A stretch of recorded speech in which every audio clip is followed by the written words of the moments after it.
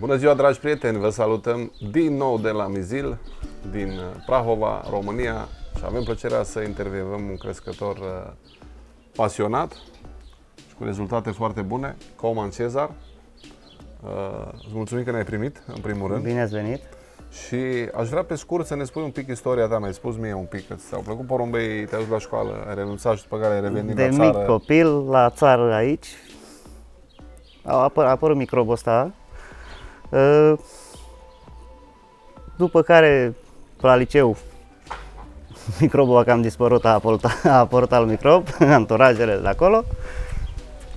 Am fost puțin plecat pe afară. Când am venit, m-am dus și eu la o îmbarcare și de acolo s-a terminat tot cu anturajul din liceu. Foarte frumos. Asta când s-a întâmplat? Revenirea?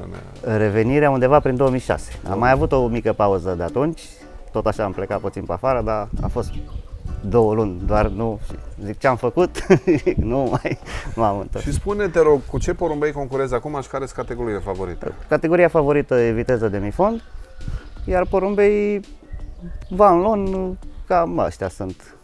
Baza Van Loan. Da, cam așa. De unde ai luat? Van Loan e undeva după la domnul Vali Toma, după acolo se trage, plus ce am mai combinat între ei cu Van Dyck, am mai multe, nu eu cu actele cu astea, nu pun bază pe ele. Am înțeles.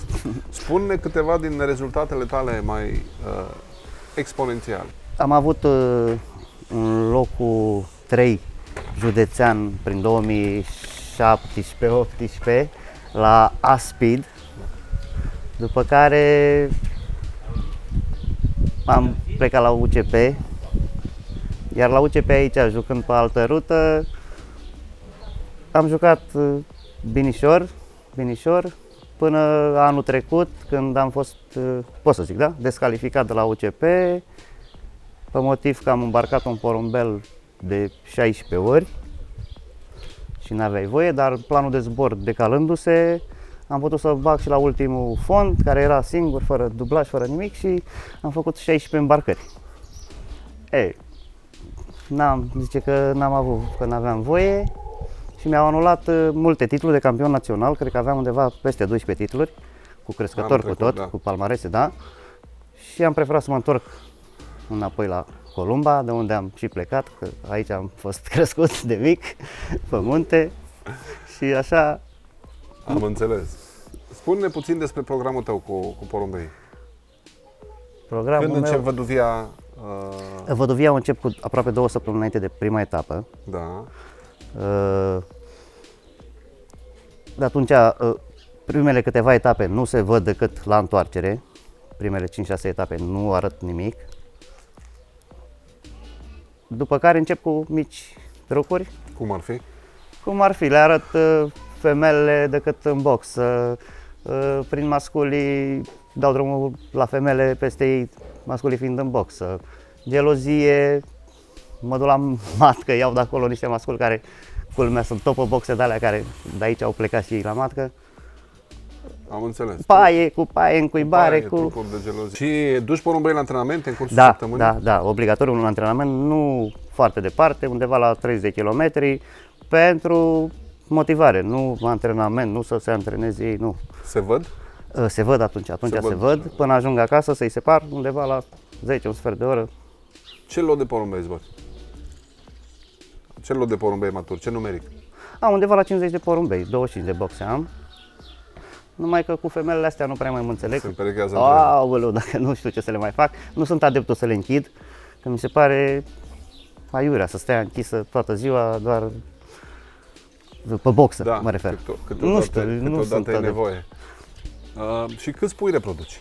Tot așa, undeva la 50 de pui, sunt zburați toți toamna. Ce plan? Sau până la ce distanță? Păi dacă se fac și vreo etapă de derby, particip și acolo cu un lot de 5 porumbei, 10. Undeva la 300 cred că e ultima etapă, în funcție de... Și aplici o selecție la pui? La mână prima oară, da. Nu ajung toți acolo. Dacă nu-mi place mie, la mână nu. Și la pui deocamdată, dacă rămân. Am înțeles. Nu cred că la pui, dar am avut ani în urmă când au jucat la pui și la matur Nu s-au mai văzut. da, nu s-au. Și iar alții care nu veneau la pui de față au jucat la maturi. Văd că ții un produs în mână. Da, Magicul ăsta este unul din produsele de bază. Cum îl dai? La pui, special pentru pui e Da. luat, că la amator nu prea am așa să-l bag. La pui de 2 ori pe săptămână, marți și miercuri, Să știi că eu îl bag și și la amatori la matură de 3-4 ori pe săptămână.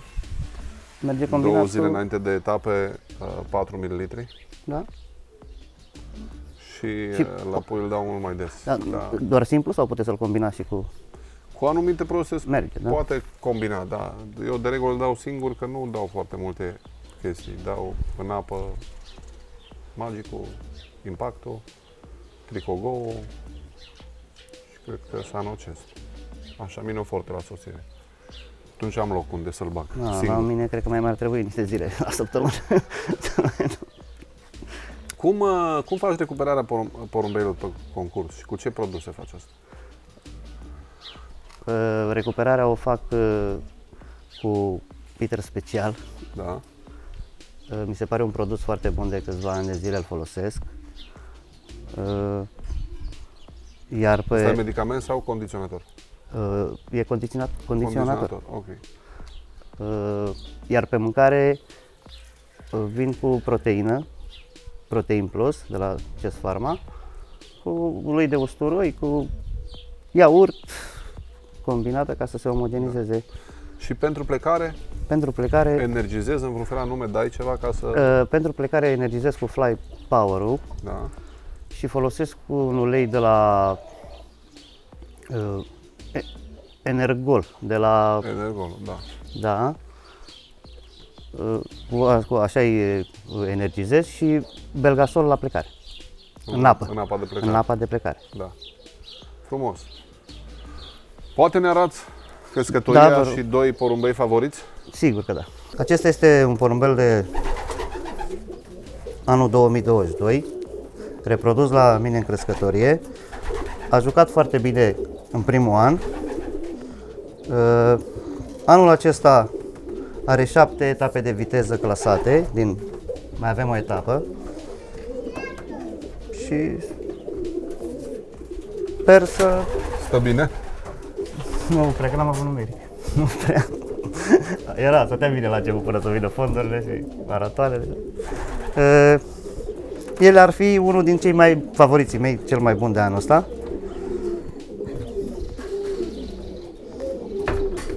Tot așa, e o combinație cu Valnon.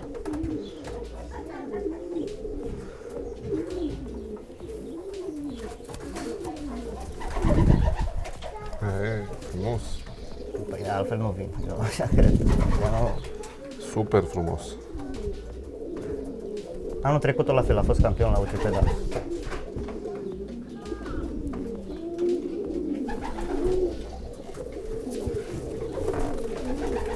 Foarte. E bine, nu? Da. Este pe... Are și pe 4-8 al lui domnul Cosmin Olteanu. Da, bun porumbel. E un porumbel de general. Anul trecut ar fi fost locul 2 general UCP național. Anul ăsta deja are generalul la Columba, care este mult mai greu de întemeiat. Da. Și acum să sperăm că mai avem o etapă de viteză, poate să mai scoată ceva dintr-o viteză, să facă puncte Se puțin mai mici. corecteze, da. Da, da. Ia să-l vedem. Ia la și el puțin mai slăbit, așa nu e. E, un porumbel frumos. Ăsta duce distanță chiar mai lungă. Cred. Mi-a fost frică să-l bag acum, zic. Toate ca în părinții, am tot, da. Și sora lui la fel, a jucat. Foarte fain și tigrat așa. De unde vine culoarea asta?